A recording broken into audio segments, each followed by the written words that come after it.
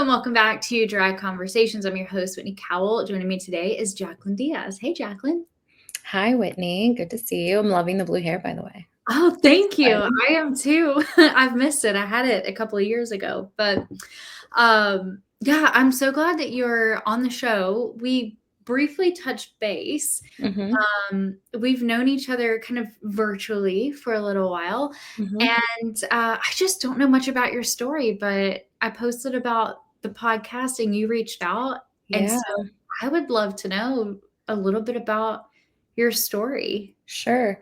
So, I'm Jacqueline Diaz, and I am currently working in just cold chain. I work for PackSafe, working in their marketing area, which is how Whitney and how we got connected.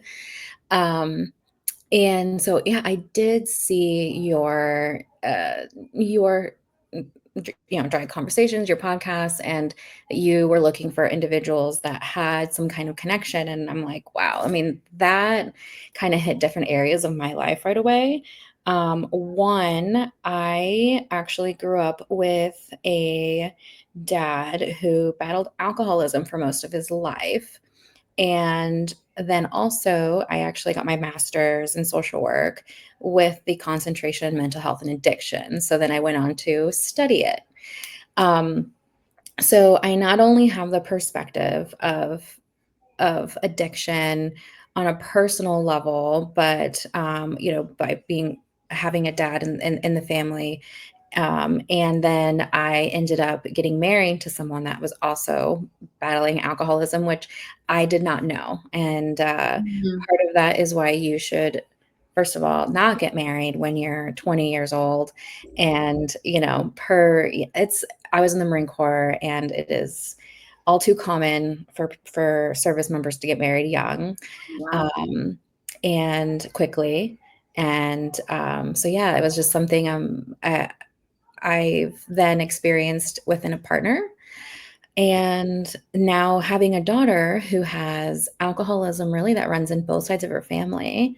So make sure to have conversations with her with regard to drinking, which, by the way, she's in high school. So she's a sophomore and is at that age where, Yeah. there's high school parties. And um, so I wanted to make sure that I had the conversation of like, hey, it's hereditary, it can, Right. it's be genetic. And so it's something that you just need to be careful about. So I have all kinds of different life experiences around it. So, where do you want to get started on this story? Because there's a lot to it. hmm I think one of the things is how, gosh, I mean, as a child, I saw it one way, and then it's like growing up, I saw it in differently, right? You How just did get you different see it as lenses. how did you see it as a child? What did that look like for you? Well, I remember when I was about 5 years old, I remember with my siblings and my mom waiting for my dad to come home to take us trick or treating. My mom was like, "We're all going to go together. We're all going to go as a family."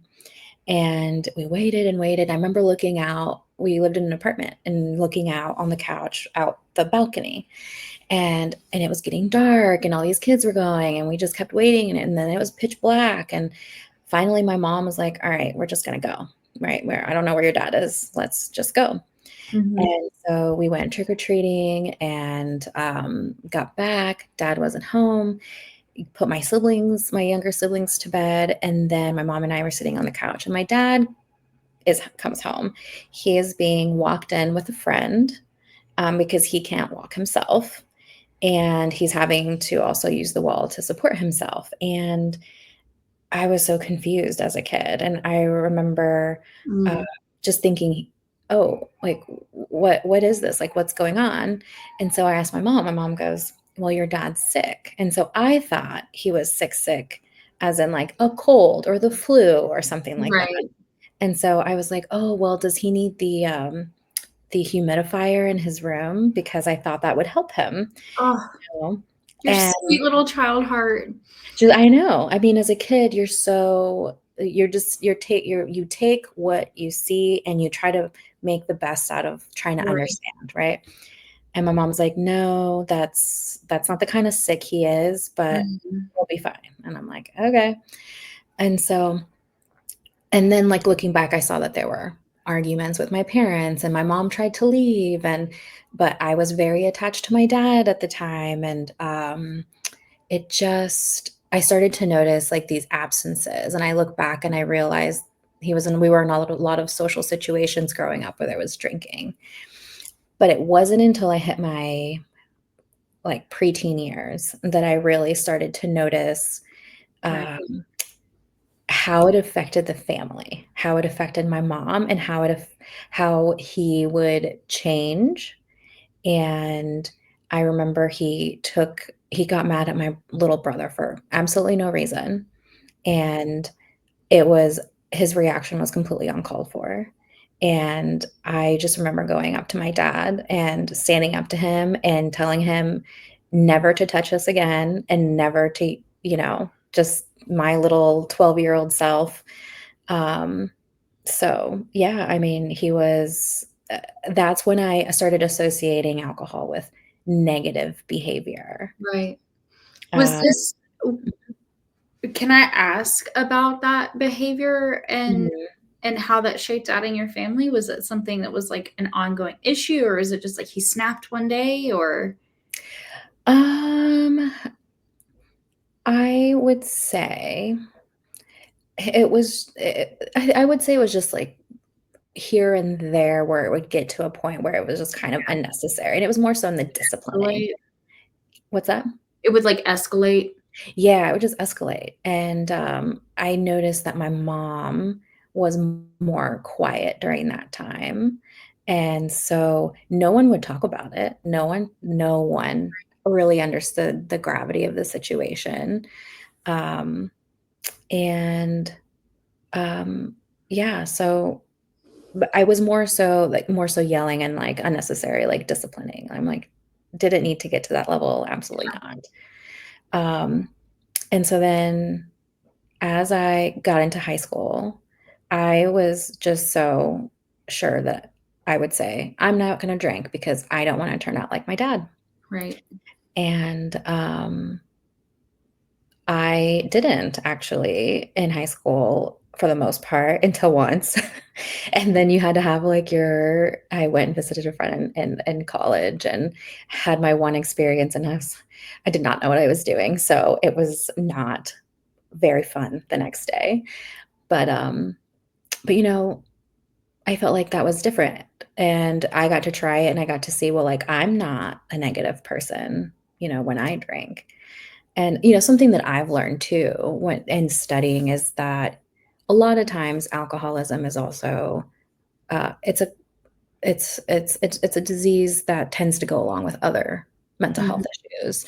And so looking back, I can see, my dad definitely was going through depression, but then we had the cultural aspect in my situation where uh, therapy just doesn't exist. Getting mm. help as a man, Hispanic man, does not exist.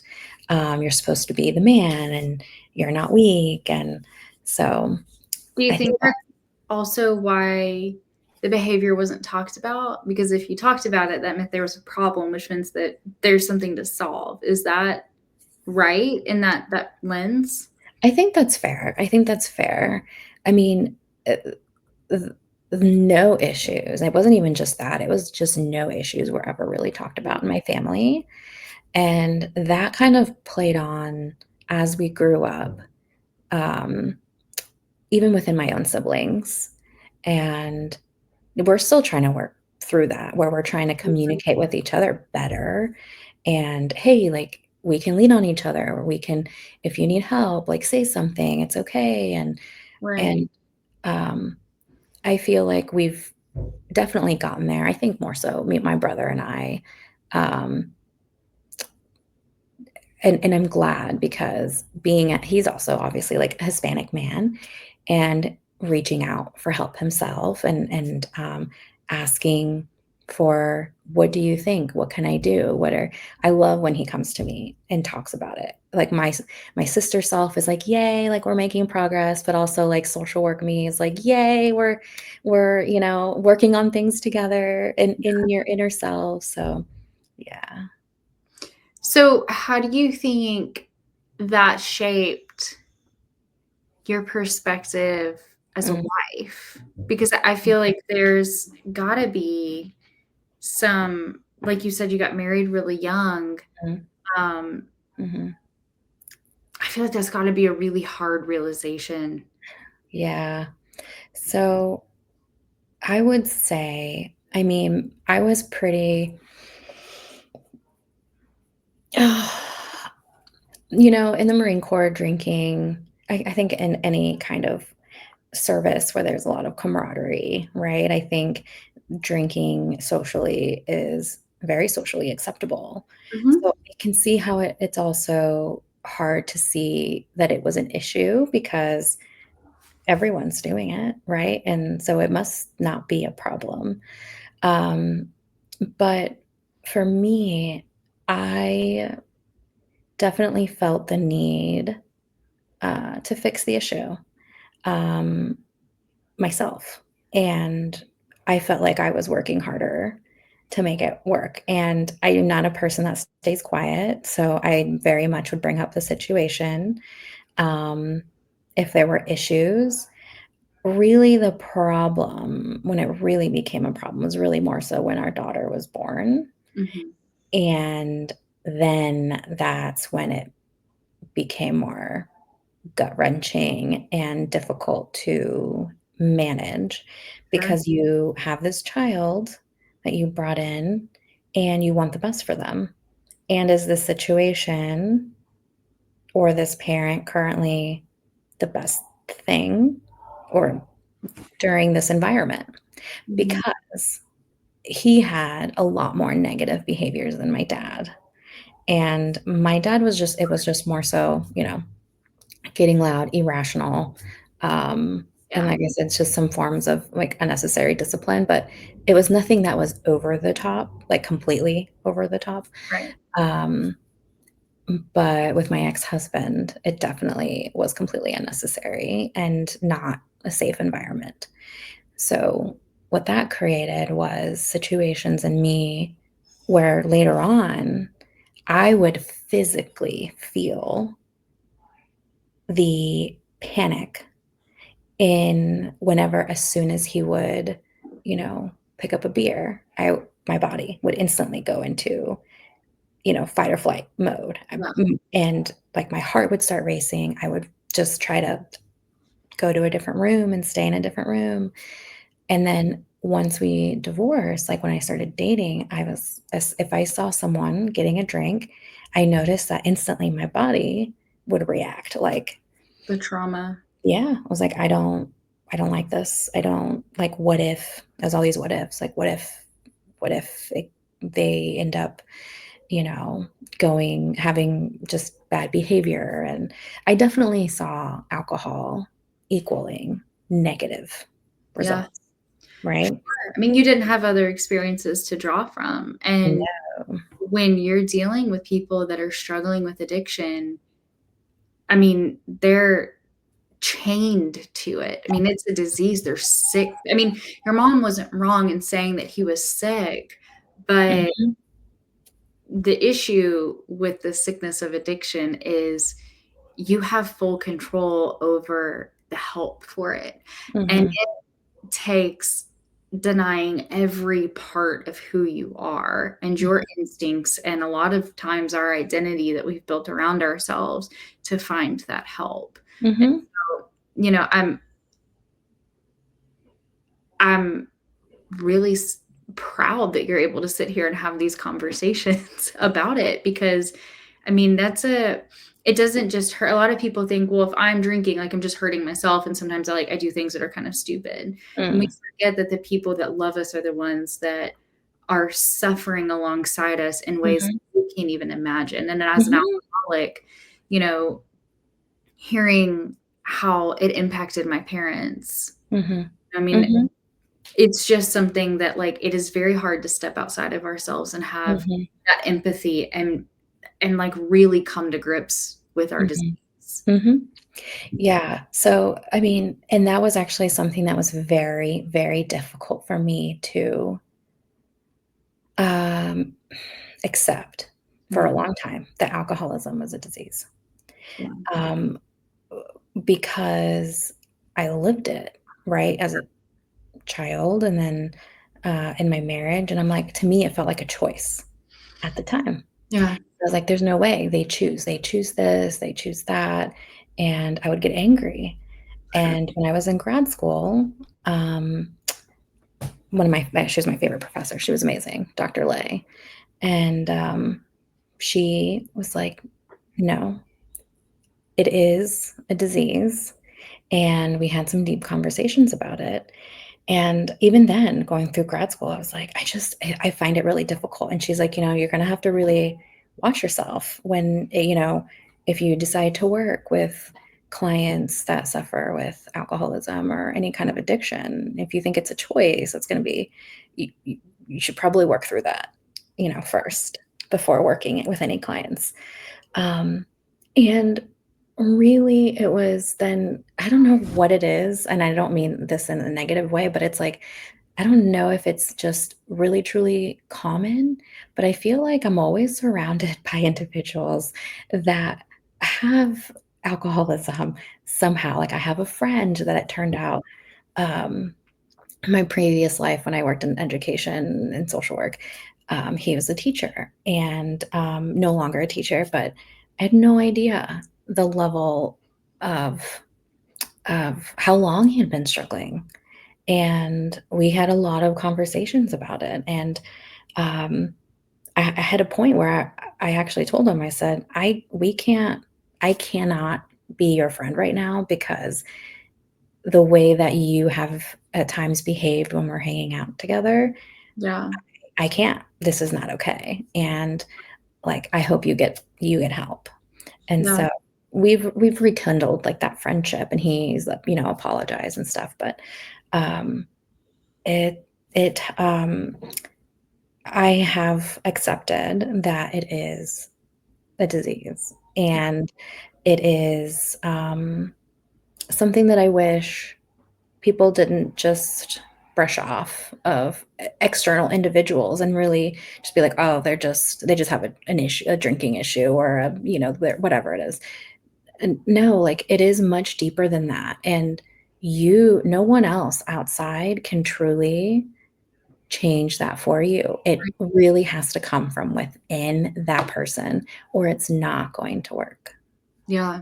And I think it's so important to have those boundaries like what you had with a friend of, Mhm, "I love you, but I cannot be a part of this." mhm, And it took really hard experiences for you to say, like, "I know exactly what this is gonna look like, and I can't do it." yep, And I think the more education that we have around addiction, the more equipped we can be where not everybody has to maybe walk that really hard and painful path to come to the conclusion of what a healthy boundary looks like with the people mhm, that we love that are suffering. mhm, And I applaud you for having that because I had people in my life that didn't do that with me, and one of my best friends did. She was my best friend in high school, and in college, she was like, "I love you.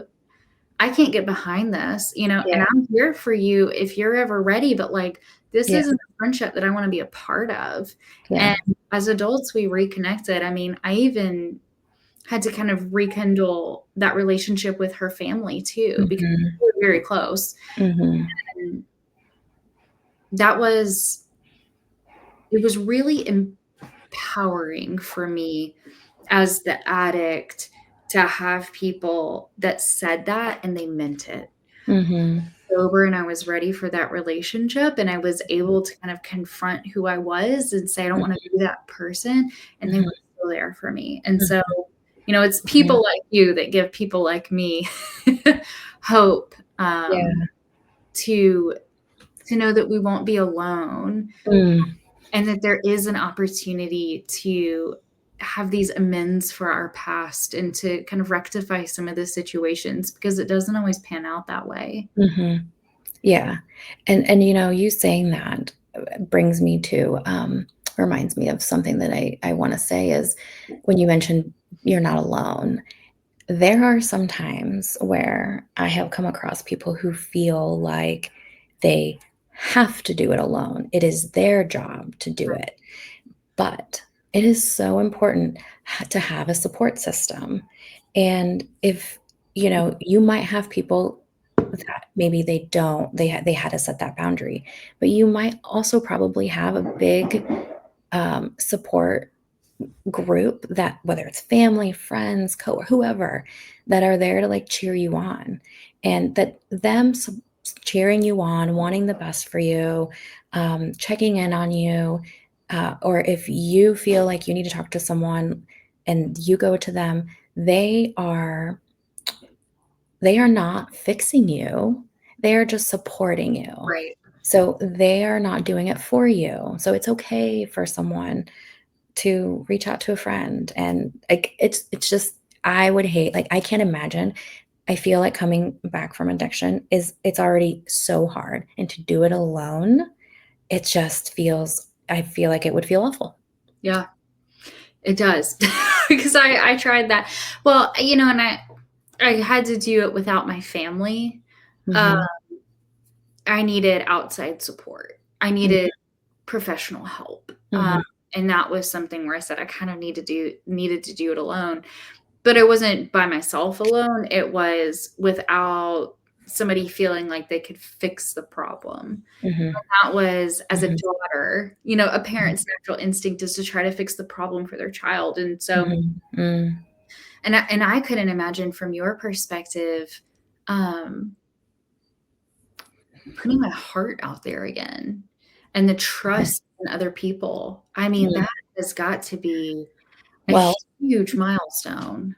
it definitely, um, was something I had to really think through, and, um, you know, I think it just depends on like, so say you have previously experienced, relationships with who were struggling with addiction. And I remember for a long time, I said, I cannot do it anymore. I cannot date someone who struggled with addiction. But then, you might have friendships, you might have like things happen.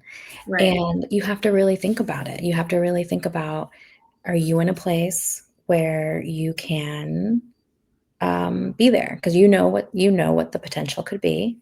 Mhm. And you know what though? Sometimes that person is just different. My experiences with those individuals in my past were very negative, right? To the point that they were safe. But you might have this person who handles it completely different, is not necessarily triggering all these past traumas somehow. Right. And, you feel like, "You know what? Actually, I can be a part of this, and I can, be a support system." But you have to make sure that you communicate with that person really well and make it known, and, I with I always try to say, "Yes, I have been a therapist and I am a social worker in the past. I'm not here to therapize you." Like, Yeah. sometimes I might be asking questions that seem deep or like I'm doing therapy on you, but it's actually me asking questions because I'm trying to understand where you're at so Yeah. that I know what I should probably do or not do, or how to respond. Yeah. So I always preface that with people that I know. I'm like, I'm not therapizing you. I just am trying to understand where you're at. So yeah, opening up your heart to individuals that uh, you just gotta ask yourself if that's something that you can do, and be honest with yourself. Yeah. So how are you having these conversations with your daughter?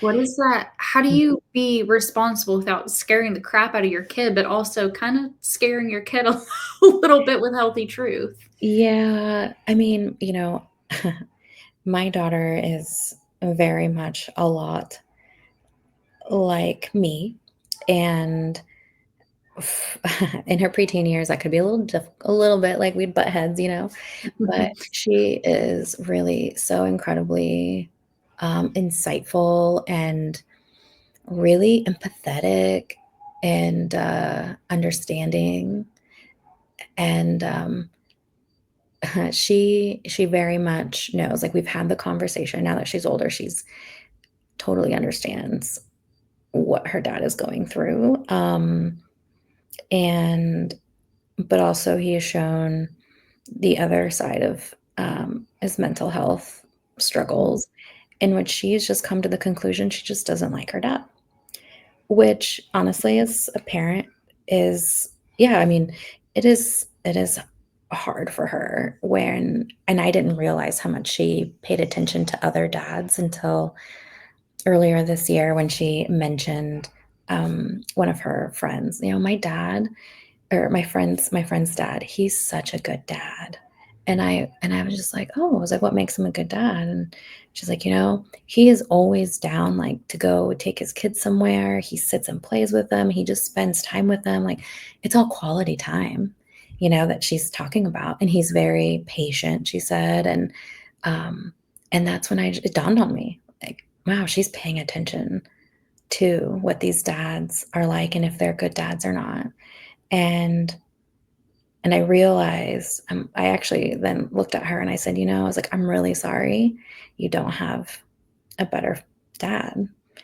And, a dad that's more present and a dad that's, um, really, I mean, just involved and patient, and just it doesn't happen for her. So she kind of looked at me, like, had a weird look on her face, like, "This is deep," and kind of smiled.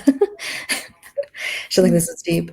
Um, but yeah, we talk about, parties, and she is pretty hard set of, I don't like how I was, I'm not gonna drink. I'm not gonna drink. I was like, okay, well, if you decide to do that, you are aware of what runs in the family. So you Mhm. just have to be really careful. You just have to be careful. And I have said to her that if she ever needs a ride, I won't not be mad. She just needs to call me. Like, I would want her to be safe. Right. Um, and I do, because I mentioned my family just never talked about anything, we talk about everything. And I want her to feel comfortable coming to me to talk to me, even if there are issues, even if she does something wrong. So even now, when something doesn't go as planned for her or she's a teenager, I try really hard not to give her such a, like, strong reaction, because I don't want her to be like, "Oh, if I did this, I can't go to my mom because she's gonna lose her cool," you Right. know? So, yeah, it's strategic being a parent. It's very it's ve you have to be very strategic, and you have to, really, uh, control your own emotions. So does she understand what addiction is and what that looks like? Does she have a do you think that she has a grasp of that? Because I don't know, and I'm Mhm, not a mom, mhm. the right time and the right way to present that information. I mean, obviously, as a high schooler, I mean, some kids drink even before that, but I mean, your kid and the environment that she's in, but when do you think is an appropriate time to really talk about the disease of addiction and what Mm, that looks like and that type of more, like you said, getting a little bit deeper into that? yeah. So, I actually really think it's important to talk about addiction, um, I would say 5th, 6th grade, like, honestly. Right around, because you're right. Some kids do start drinking even before high school, Mhm. or try their first drink before high school. So previously, when I was a social worker, I worked at a school and I taught a class. It was called life skills, but it was not life skills, like traditional public schools, where you're teaching special ed, like day to day life skills. This was real world scenarios when we talked about like drugs and Oh, how to communicate properly. And so I made sure to talk to my kids about um, drug use and the potential that that has, and that if addiction runs in the family, that it is genetically passed on, and so you have to be careful. So, as you can't assume that kids are going to learn this in school.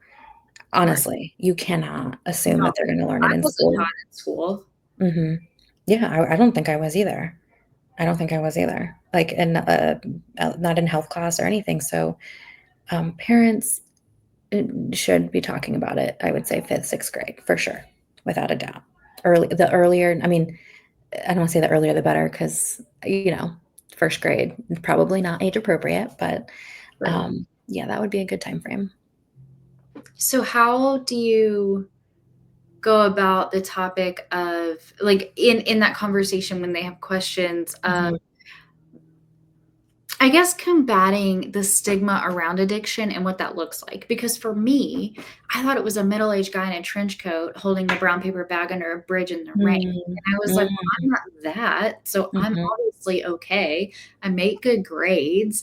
Like, I have friends. Yeah, Wash my hair regularly. Like, I'm yeah. put together. So how do you combat the stereotype of what addiction is, or at least what the media portrays it to be when you're speaking to somebody who's so influenced by Mhm. the world around them? I will say, I feel like some of the current preteen, teen movies and shows have started to show how that can be present in their current life, which it's not a man under a bridge with a paper bag, and um, how it can become problematic in school. And um, I don't know, I think when you talk about it, you can, it's like you can give other real world examples. Maybe you find celebrities or other people that are very well known to have had struggled with addiction, and that is public information. You can say, hey, you've seen this person, they are very successful Mhm. and they also battled addiction. Or maybe it's a personal story that you want to give where you did struggle, but you have you just have to show them other examples, and how people can hide this and do hide this and can hide it very, very well. Yeah. And you know you have to look out for the signs, and sometimes you might completely miss it. Yeah. Sometimes you might miss it. And I love that you're so transparent with your daughter because you said hide, and I was like, yeah, that was a big problem for me, is when I started wanting to hide parts of who I was Hmm. and not have that open line of communication anymore. That is such a red flag because I was raised an only child. Mm, And so there was always communication. I mean, sometimes I would dread long car rides because I always knew it was like some sort of really important talk could present itself. But that was our time to like bond mhm, and to be, warned, because I was warned like but not in a way that positioned it of what addiction was. And so I was a mhm, little confused when it was happening, but I was aware enough to be like, I think this is a problem. mhm, And me wanting to hide things and not mm, ask for help, or to make those, when I stopped making the calls for my mom to come pick me up, yeah, those kind of things, yeah, um, those are red flags. And I yeah, think it's really important to set the tone like you have mhm, with your kids, of an open line of communication is safe for everybody. yeah, And like you said, being maybe really mindful and strategic of how we present ourselves as a safe place and what that's mhm, supposed to mean, so yeah, that when issues do arise, not mhm, only are you aware because you know your kid's behavior, but also mhm, they might be able to find that in friends, and maybe mhm, have some self-awareness in mhm, those sense of clarity. Mhm. Yeah, and you make a very good point of bringing up it's not, um, of of of wanting to hide it, right? So it can look like it's impacting your grades, it's impacting, you're not sleeping anymore because 'cause you're staying up, and, like, if I think the more obvious one is for most people is when it is impacting your day-to-day life, Mm, when maybe it's more obvious, right? But you have what you're talking about is, like, if you're trying to hide it from certain people, if you're not wanting to share the whole truth about what you did last night to someone or whatever. So yeah, those are very good things to also bring up and to be aware because we talk about addiction, but it's not alcoholism equals alcoholism when it's genetic. It can be any kind of addiction, right. right? So is it exercise? Is it eating? Is it a different choice of drug? Is it smoke? It doesn't have to be alcohol, it can be anything. So having them be aware of if this is happening with any kind of thing where you're starting to hide that piece or it's starting to change your day-to-day life, it's probably an issue. Yeah. Yeah, and I think that's so wise. I appreciate you sharing your experience and your tips because, this is a side of the road that I just haven't been on. You know, Mhm, I'm not a mom and I mhm, don't um I love a lot of people that are addicts, but I also am one. And so somebody from the outside looking in that was raised in an environment, that these are mhm, just experiences that I haven't had. And so I really appreciate you educating me on what that looks like. mhm. Yeah, absolutely. No, and it's something that I know that does happen more often than not, and I think that it's still something that people are ashamed to talk about. Yeah. And I just hope that they, just continue to work through whatever it is that they need, and that we're not being judgmental, and we're, you know, being helpful people, and, Yeah. being compassionate and having empathy for everyone. Yeah. For one of my final questions, can I pick that therapist side of your brain? Sure. If there is a parent that is seeing some of these behaviors in their child, and it doesn't have to be a teen, like Mhm, an adult child too. mhm, Um, how do you love them best without handing over your own identity, without that codependency creeping in to find healing for everybody, knowing that you can't control that person? How do mhm, you do that? mm. That's tough. That's really hard. So, when it comes down to, let's see, a child, let's say in high school, your question was, how do we love them best Mhm. if, say again? If you notice these behaviors, Mm, like if you suspect that your child is an addict or is very mhm, walking that path, what mhm. do you do as a parent? So, if your child is still in school, I would first, before talking to the kiddo, talk to the teachers at school and see if they're noticing any changes in their behavior. Mhm.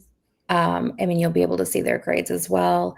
Their relationships, have certain friendships shifted? Um, Anything that may be different, I would first get that information. Okay. And then I would kind of assess from there, if it is, right? Like, okay, I'm kind of seeing these things too. And really sitting down with them and just kind of being gently honest and saying, "Hey, you know, I've noticed some of these changes, and your teachers have noticed some changes, and we're worried about you." Yeah. And just, we all really care about you. We love you, and we want to make sure that we're here to help if there's something that's bothering you or worrying you, or if there's, is there something that you want to talk about? Give them first the opportunity to Mm. bring it up. Do not come in and be like, your teacher said this, and like, just coming across very confrontational. That is not it's not really showing love and compassion and giving them the space, right? Yeah. So giving them that opportunity. And then um, if they don't take it, and just say, some of this seems like maybe, you know, um, some of these are the symptoms and signs of someone that is drinking a lot, or smoking a lot, and bringing that up. And again, not accusational, not saying you have done this and you have done that. Language is so important when you're talking to someone, and your wording. Right. And so just showing them that you are really truly there to be with them, Mhm. to that you will love them no matter what. And because you're right, you cannot do it for them. Yeah. As an adult, that is very difficult, because I know a couple people that have seen and helped their children, adult children, go through it. And honestly, as a mom of a current, like I don't even to do that for an adult child seems even more hard, because they are adults. They don't live in your house with you. Right. You don't you don't have access to everything all the time. Right. And so you my mom will just say, like, I'm praying for you. My mom would always be like, I'm praying for you guys. I think about you all the time. Oh, And she'll do check-ins, and that's what you can do, is if you suspect that of your adult child, just like checking in. And if they don't answer, be like, hey, would you like to go get breakfast? Like, I think that as long as you keep that communication, just the door open, and that you consistently show love and care and space. I mean, it is hard as an adult parent. It is going to be so hard, because you see it, and this is your baby. No matter how adult they are, this is your baby. And you can't do it anything but love them. So you have to be patient, and it is hard. But yeah, that's what I would say. I appreciate that. And that's helpful for me too. I have met some of these teenagers in these Hmm. situations at a facility here where I live that I volunteered at, and they're between 14 and 17, and it's so easy to forget that they're still like so little. Like their Hmm. brains are still in these formative years. They Hmm. comprehend certain concepts still. Like they can't they're not fully developed, and Right. so some of the questions that they have where I'm like, that's the innocence of a child showing through, and there's still like time and there's still options. And so, Hmm. not that there's ever not, but it's a lot harder when somebody's been drinking for 30 years. Hmm. I think, than to Yeah. help them, while they're still in certain stages, if you're able to teach it. And so, that is a specific demographic that just absolutely rocks my world and breaks my heart in so many different ways. Hmm. And I, not that your child is in this category, but with your experience, it's very helpful to understand all lenses of addiction and all the demographics that it impacts. Hmm. No, absolutely. And then something, with these demographics, or at least within the teens, is I worked with middle school kids. Those are Yeah. like, who loved middle school? No one liked middle school, right? And I mean, for the most part, it was brutal. Like, middle school years were brutal, but I chose to work with those kiddos. And, a lot of them have had um, just lost within their family and their own struggles. And so it comes from someplace. It's not always because of genetics. It can be because of the environment they grew up in. It could be because of their own, and so we were just remembering that of kids, and not being so quick to judge. It's just, they've had their journey. They're struggling. Yeah. We should have compassion. Yeah. And their journey and their experiences matter just as much as the rest of us. Like for me, it was a part of my, like, I had my first drink and it unlocked something. I'm Mhm. an alcoholic. I'm a raging alcoholic through and through. But I Mhm. know that about myself, but it didn't stem from this one thing or like this, Mhm. you know what I mean? Like I was raised in a home where alcoholism wasn't a problem. And so, Mhm. Mhm. like the kids that have, it's like, man, of course you're you're confused and you're trying to find an outlet, and this one feels a lot better than some of the other ones. Sure, I get that. Mm-hmm. Yeah. So, well, Jacqueline, this has been a fantastic conversation. If there is somebody that maybe has further questions or is Mm-hmm. maybe just feeling a little alone, and maybe they didn't feel so alone after hearing your perspective, how could somebody reach out to you? Well, you could just hop over to my LinkedIn and you could message me because you can tag me. Um, and yeah, I would be happy to, connect anyone with resources or to answer any tough questions. Well, like I said, some people it's very private to them, and maybe it's feels a little bit better to reach out to someone else that has experienced it, talked about it, and are open to talking about it. So, yeah, Yeah. Well, again, thank you for the vulnerability and the wisdom today. This has been a fantastic conversation. great. I'm so glad, and I'm happy to talk about it. Yeah, Thanks for having me on. of course. And to everybody else, we'll see you next time.